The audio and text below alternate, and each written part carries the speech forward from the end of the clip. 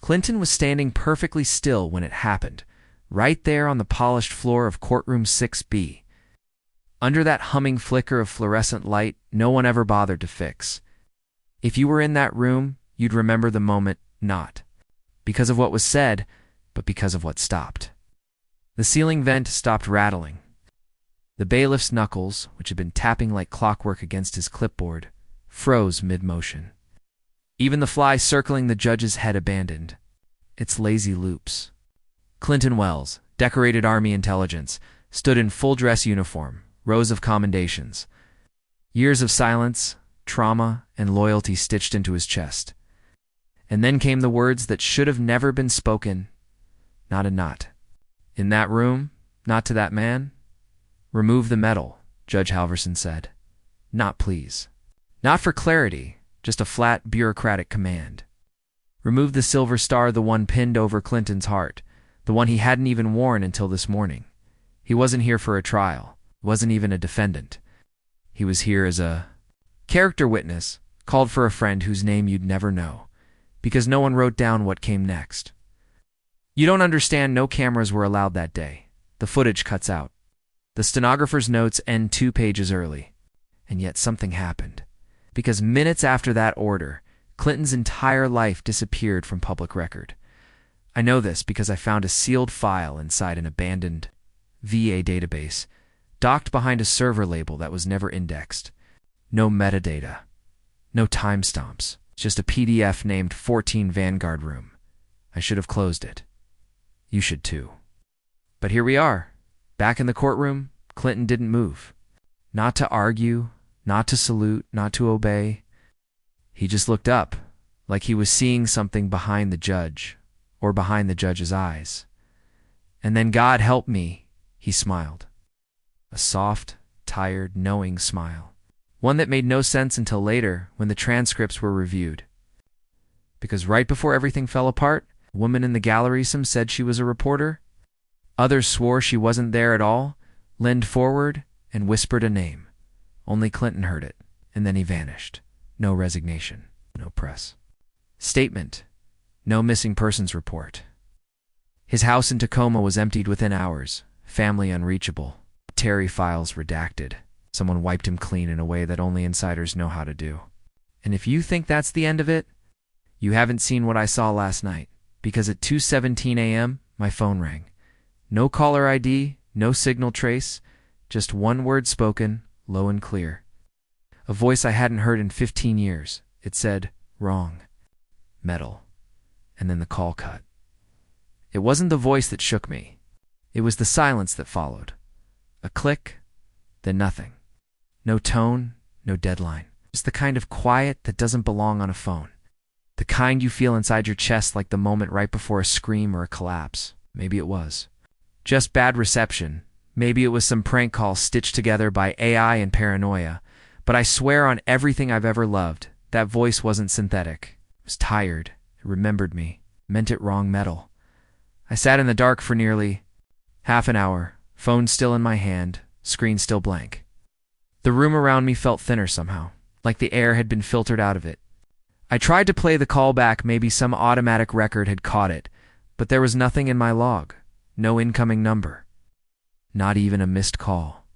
My phone just never rang, according to itself.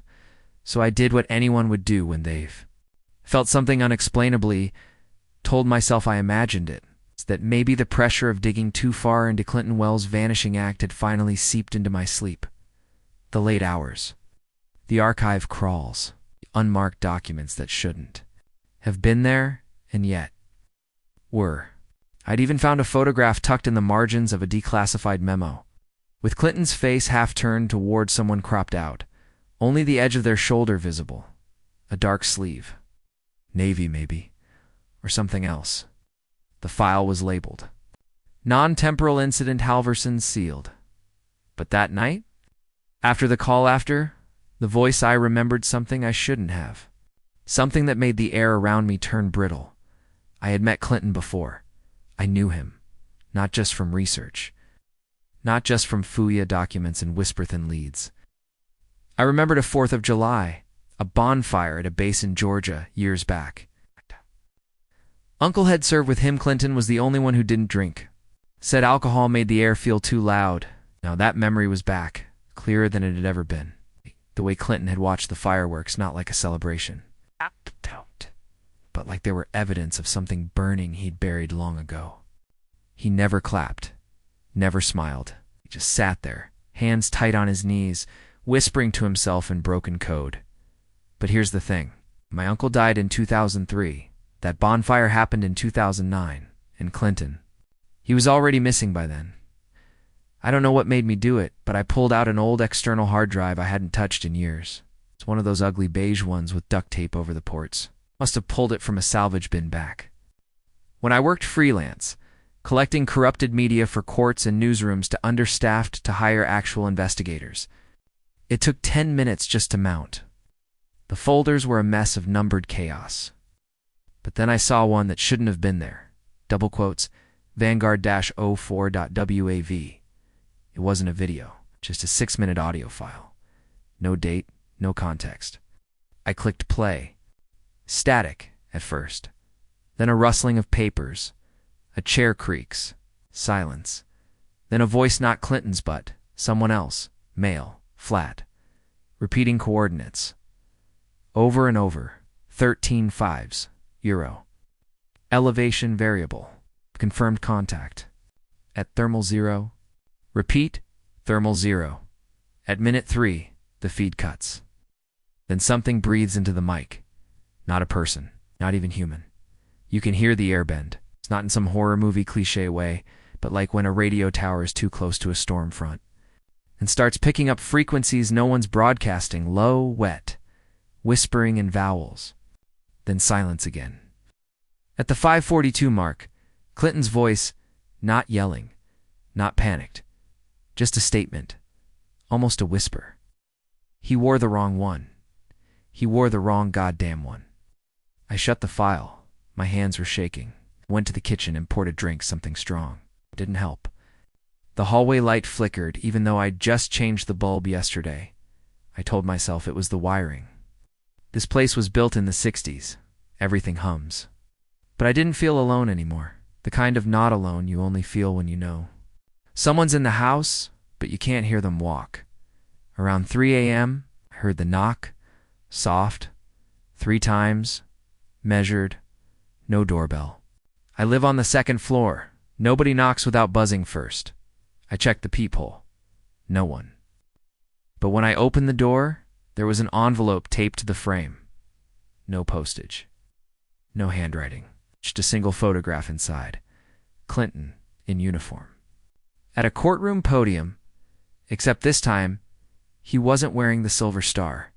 He was wearing something else. A different ribbon entirely. Red, gold, and black. I looked it up later. It doesn't exist.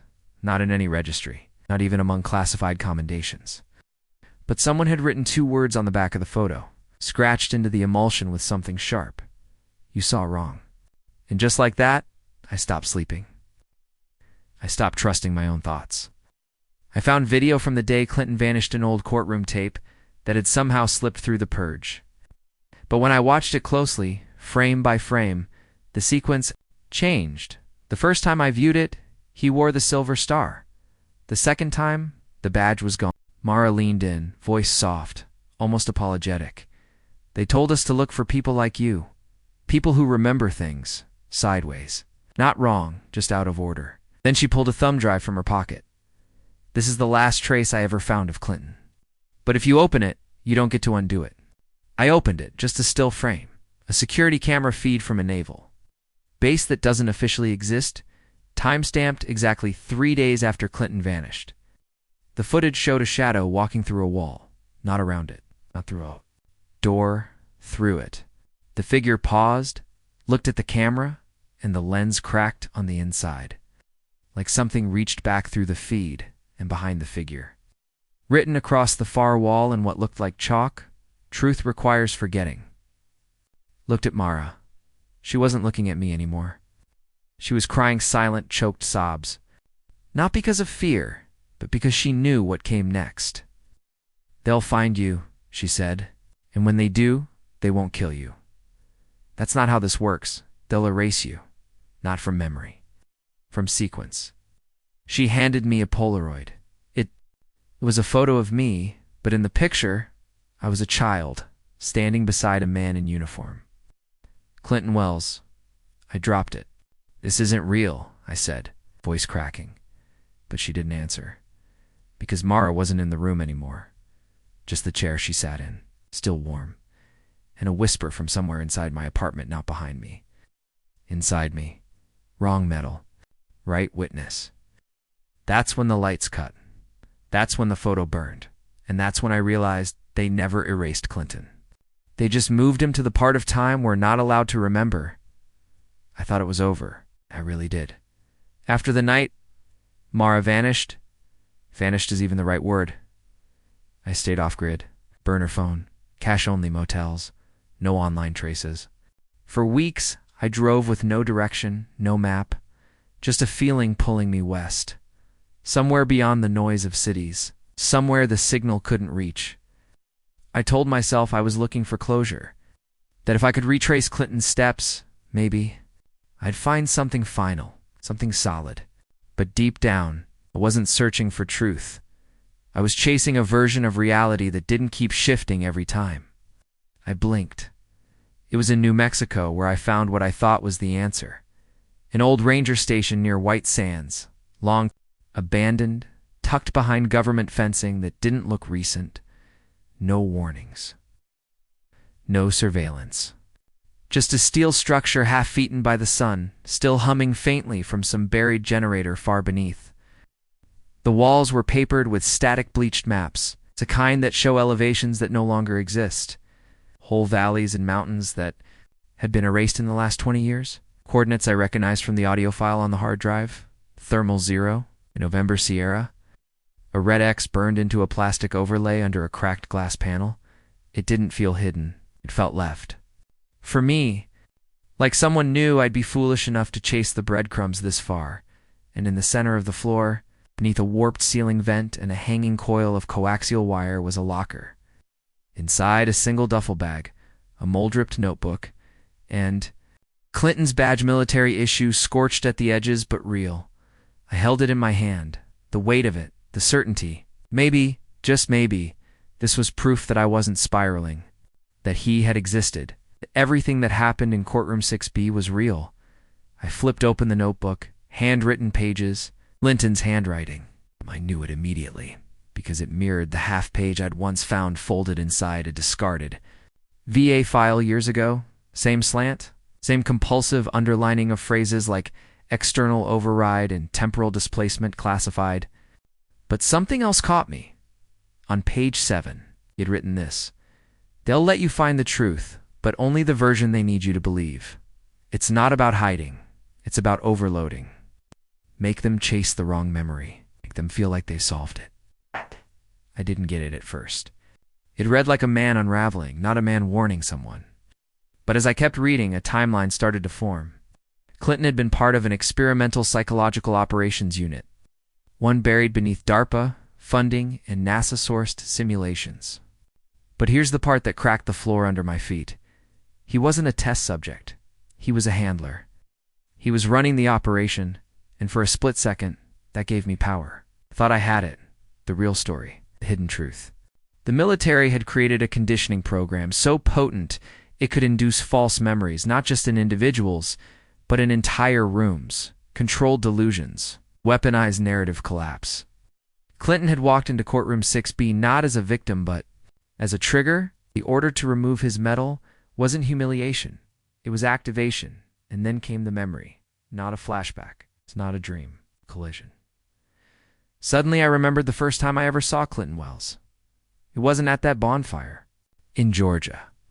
It wasn't through case files or missing persons databases.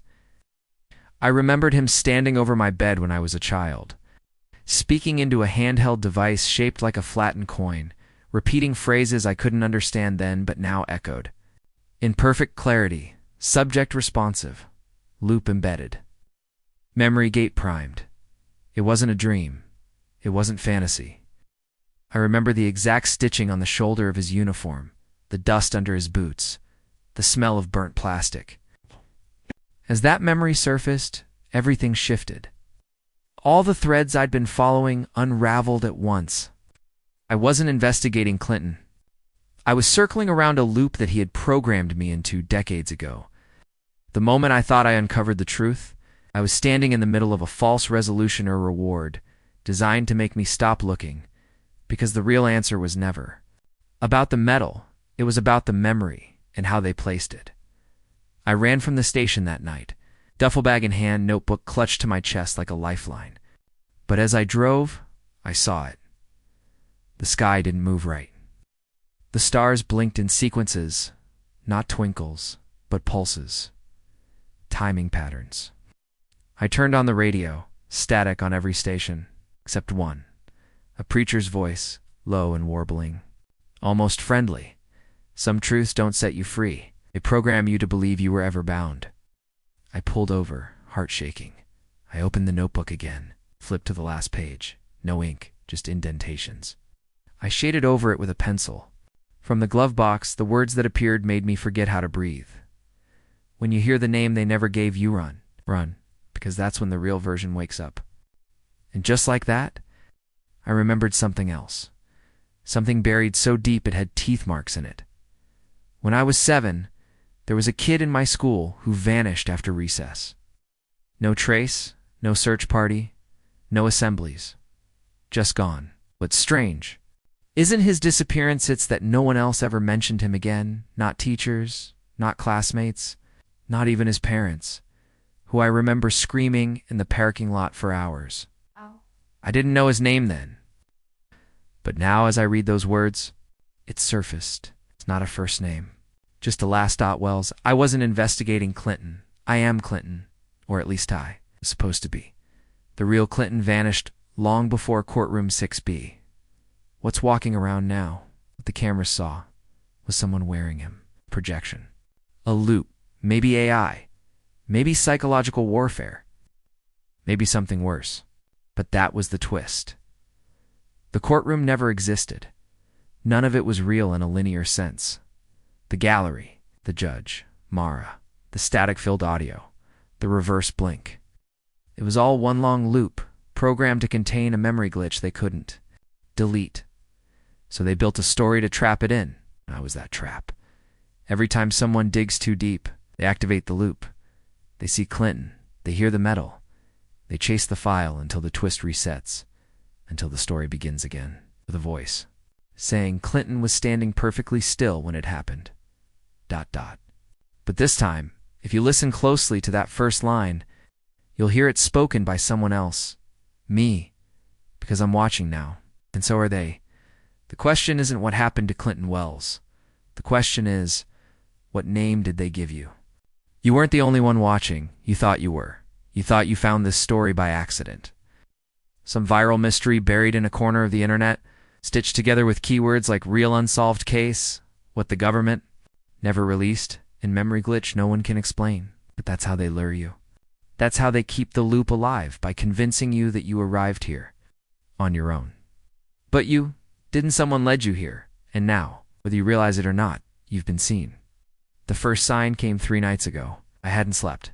Every time I closed my eyes, the hallway dream came back, the glass walls, the endless knocking, the metal door marked with the rusted letter E, only now there were others in it. I saw shadows behind the glass, standing perfectly still. Watching me this time, faces I couldn't fully recognize, but felt familiar. Like people I'd once known in passing, or maybe passed in the street. They didn't speak, they didn't move. They just pressed their hands to the glass, in unison, and stared until the knock came again, louder this time. Sharper, not behind the door anymore, behind my eyes. When I woke up, someone had slid a package under my motel room door. No name, no note. Just an old VHS tape in a cracked plastic case labeled Copy 3, Able Charlie Loop Preserved. I hadn't seen a VCR in years, but I found one. A second-hand pawn shop outside Lubbock, where the owner barely looked up when I asked. I've been getting a lot of folks asking for these again, he said. Old footage, people digging into the past. I asked what kind of people. He didn't answer. Jess handed me the machine and looked down at my wrist like he expected. It's something to be there. When I got back to the motel and pressed play, the screen went black, then static. Then. Slow, flickering image came into view. Grainy security footage dated. February 6, 1995. A classroom. Empty. Then a flicker. New angle. Same room, but now filled with children. 10 of them. All perfectly still. Eyes closed. A man at the front, reading from a clipboard. Every few seconds, he looks directly at the camera, but his mouth never moves. At minute 4:36, one of the children lifts their head and begins to write something into the air with their finger. The symbols look random at first, but when I paused the screen and overlaid them against Clinton's notebook page, 14, the pattern matched exactly. The same symbols, the same order. I checked the time code again. Exactly 30 years ago to the day, except that was impossible. Because one of the children in the footage, the one seated third from the left, near the back, was me. Same scar above the eye, same nervous tick, the one I've had since childhood. But I don't remember this place. I don't remember any experiment. I don't remember a single other face in that room until the symbols started showing up again, on billboards, on dollar bills, in graffiti under overpasses I passed at night, sometimes not visibly at all, but just felt buried beneath language, like static in conversation. Phrases people say without knowing why, glitches in tone, a half second. Echo when someone repeats your name. Then came the emails, untraceable. No subject line, no content, just PNG attachments, each one more degraded than the last. Photos of places I've never been, two but with me in the background, always looking the other way. In one, I'm standing on the edge of a canyon with an antenna jutting from my backpack. In another, I'm seated at a diner counter while a black van idles outside the window. The timestamps vary. Some are future dated, others from before I was born. But the metadata all matches the same digital fingerprint, a defunct government encryption protocol tagged R Delta Echo Cognitive Variant Branch. That phrase unlocked everything, because when I searched the web for those terms, I didn't find conspiracy blogs or Reddit threads. I found a closed-off section of a university database I hadn't accessed in years, one I thought was wiped during my clearance downgrade. Inside it, a single file path buried 12 layers deep.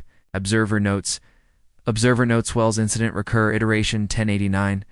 The author? Not me. Not Clinton. Someone named